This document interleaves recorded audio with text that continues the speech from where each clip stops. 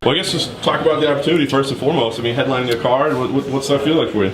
It's incredible. First main event, and to be fighting Dan Henderson is such an honor. It's an incredible thing. I'm very proud to be part of this fight. And, like I said, fighting Dan Henderson in and of itself is an honor, but to put that in the main event, to really be the spotlight of the night is something to really appreciate. No doubt. Had some mixed results lately. What's the focus been like for you? I mean, are you trying to change things, more consistency? What are you looking for?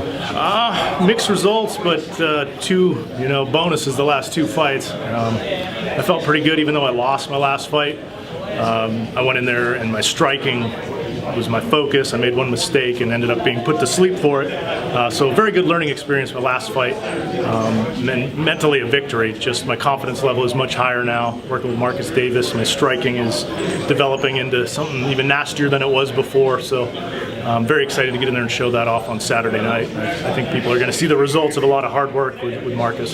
Is that kind of be your direction moving forward, is with Marcus? Yeah, this will be the third fight with Marcus, and it's been awesome. Training with him is making a lot of sense to me.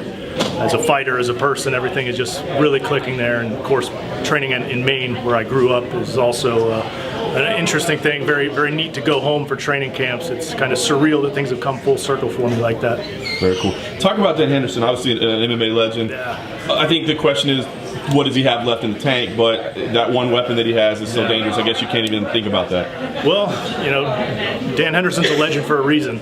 He might be getting a little bit older as far as fighters go, but he's always going to be dangerous. That right hand is capable of stopping anybody in front of him, so you definitely don't want to get hit by it. But the man is a legend. He's done everything in MMA that any fighter could ever hope to do, ever dream to do. And he's a hero of mine. He's one of the guys that I've looked up to my entire fight career. And he was one of the guys I actually was watching fight before I knew I wanted to be a fighter and wanted to emulate myself after him. So just a heck of a guy. He's a stand-up guy out of the cage, and certainly a force to be reckoned with in the octagon. So a huge opportunity for me on fight night. Is there any danger of getting starstruck by the moment a little bit with the respect that you have, or are you past that in your career? For me, I've always been respectful, and to be fighting a hero, I think I'm very fortunate that I get to do that as an MMA fighter.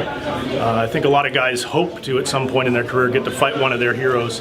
And I'm getting that opportunity. And once that octagon door closes, the hero's on the outside. There's just a guy I got to fight inside the octagon, and I'm going to be ready to take care of business when that happens. What was the first time Dan Henderson really came on your radar? You're like, man, I really like this guy.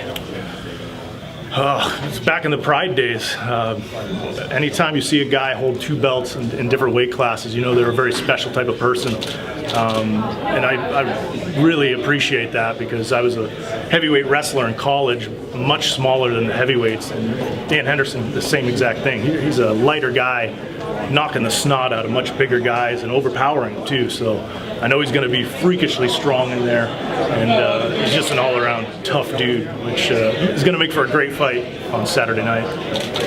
When he lost to Gegard Mousasi, a lot of the line of questioning following that fight is, how much do you have left? How much longer are you going to fight? What's your opinion when the question is turned to that nature for a guy like Henderson? Does he just have to be able to leave on his own terms? Yeah, he'll leave on his own terms, and that's just a natural thing. That's something that the media is going to do. They're going to start questioning, he's older, this and that and the other thing. Is he losing a step? But a guy like Dan Henderson, that doesn't even enter his mind. When he wants to be done, he'll be done. But until then, he's going to give it his best effort, and he's going to be dangerous. And then you move this to a 5-round main event. How did that change your preparation and approach, if at all? It actually worked out really well, because I was ahead of schedule in my conditioning when we got the call that it was going to be a 5-rounder. Monty called, the manager called and said, what do you think about going 5 rounds? And I said it was perfect timing, because I was actually nervous. I was too far ahead of schedule for a 3-round fight, but it's going to work out well to go 5 rounds if it goes the distance, which I don't think a lot of people are predicting that it does.